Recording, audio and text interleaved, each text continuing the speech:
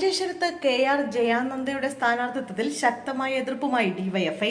CPIM ജില്ലാ committee ഓഫീസിൽ നേരിട്ടെത്തി എതിർപ്പറിയിച്ചു. ഷാനവാസ് പാതൂരിനെ മത്സരിപ്പിക്കണമെന്നാണ് ആവശ്യം. UDFനെ സഹായിക്കുന്ന നിലപാട് ശരിയല്ലെന്നും തെരഞ്ഞെടുപ്പ് പ്രവർത്തനങ്ങളിൽ നിന്ന് വിട്ടുനിൽക്കുമെന്നും ഭീഷണിയുണ്ട്. ഇത്തവണ പാർട്ടി വോട്ടുകൾ പാർട്ടിയിലേക്ക് തന്നെ എത്തിച്ചേരേണ്ടതുണ്ടെന്നും അതുകൊണ്ട് പൊതുസമ്മതനായ സ്ഥാനാർത്ഥിയെ പരിഗണിക്കണമെന്നുമാണ് ജനങ്ങളുടെ ആവശ്യമെന്നും ഡിവൈഎഫ്ഐ നേതാക്കൾ അറിയിച്ചു.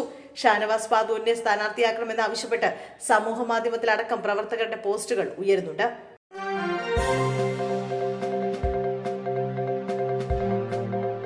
മന്ത്രി KB ഗണേഷ് കുമാറിനെതിരെ ഗുരുതര ആരോപണവുമായി KSU നേതാവ്. കുടുംബ വീട്ടിൽ വെച്ച് ഗണേഷ് കുമാറിനെ കാണാൻ പാടില്ലാത്ത സാഹചര്യത്തിൽ കണ്ടെന്നും ഭാര്യയെ ഡ്രൈവർ മർദ്ദിച്ചെന്നും KSU സംസ്ഥാന vice president MJ Yadukrishnan Facebook കുറിപ്പിട്ടു.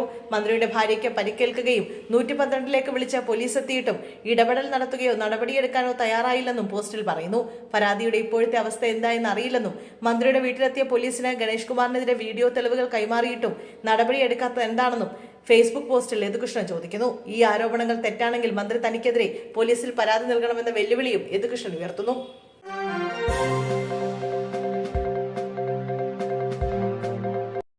കോൺഗ്രസിൽ സ്ഥാനാർത്ഥി ചിത്രം തെളിഞ്ഞു. 60 സീറ്റുകളിൽ സ്ഥാനാർത്ഥികളെ ഉറപ്പിച്ചു. ഇത് സംബന്ധിച്ച നിർണായക സ്ഥാനാർത്ഥി ചർച്ച നാളെ ഡൽഹിയിൽ നടക്കും. KPCC പട്ടിക AICCക്ക് കൈമാറി.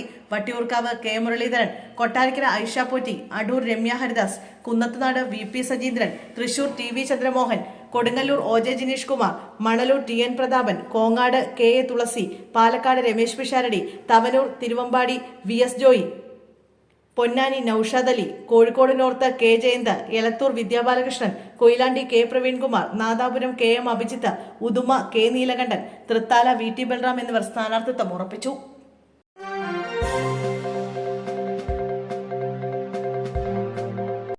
BJPയുടെ നിർണായക തെരഞ്ഞെടുപ്പ് സമിതി യോഗം ഇന്ന് ചേരും. 50 സീറ്റുകൾ വരെ ഇന്ന് തന്നെ തീരുമാനം വരുമെന്നാണ് വിവരങ്ങൾ. എന്നാൽ തെരഞ്ഞെടുപ്പ് പ്രഖ്യാപനത്തിന് ശേഷം മാത്രമാകും സ്ഥാനാർത്ഥികളെ ഔദ്യോഗികമായി പ്രഖ്യാപിക്കുക. BJP ആസ്ഥാനത്ത് ആദ്യം പ്രധാനമന്ത്രി അടക്കം പങ്കെടുക്കുന്ന പാർലമെന്ററി ബോർഡ് യോഗം നടക്കും. ഇതിനുശേഷം തെരഞ്ഞെടുപ്പ് സമിതിയും സംസ്ഥാനത്തെ നേതാക്കളടക്കം പങ്കെടുക്കുന്ന യോഗവും ചേരും. സർപ്രൈസുകളില്ലെന്ന സൂചനകളാണ് പുറത്തുവരുന്നത്. സംസ്ഥാന നേതൃത്വത്തിന്റെ പട്ടികയ്ക്ക് കാര്യമായ മാറ്റങ്ങളില്ലാതെ തന്നെ അംഗീകാരം നൽകും.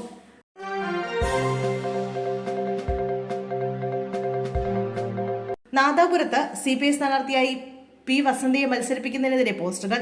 ആകാശത്തു നിന്നും നൂലിൽ കെട്ടിയിറക്കുന്ന വസന്തം ഞങ്ങൾക്ക് വേണ്ടെന്നും മണ്ണിനെ അറിയുന്ന മനുഷ്യൻ മതിയെന്നുമാണ് പോസ്റ്ററിലുള്ളത്. LDF വിജയം ഉറപ്പാക്കാൻ വസന്തത്തെ ഉപേക്ഷിക്കണമെന്നും പോസ്റ്ററിൽ പറയുന്നു.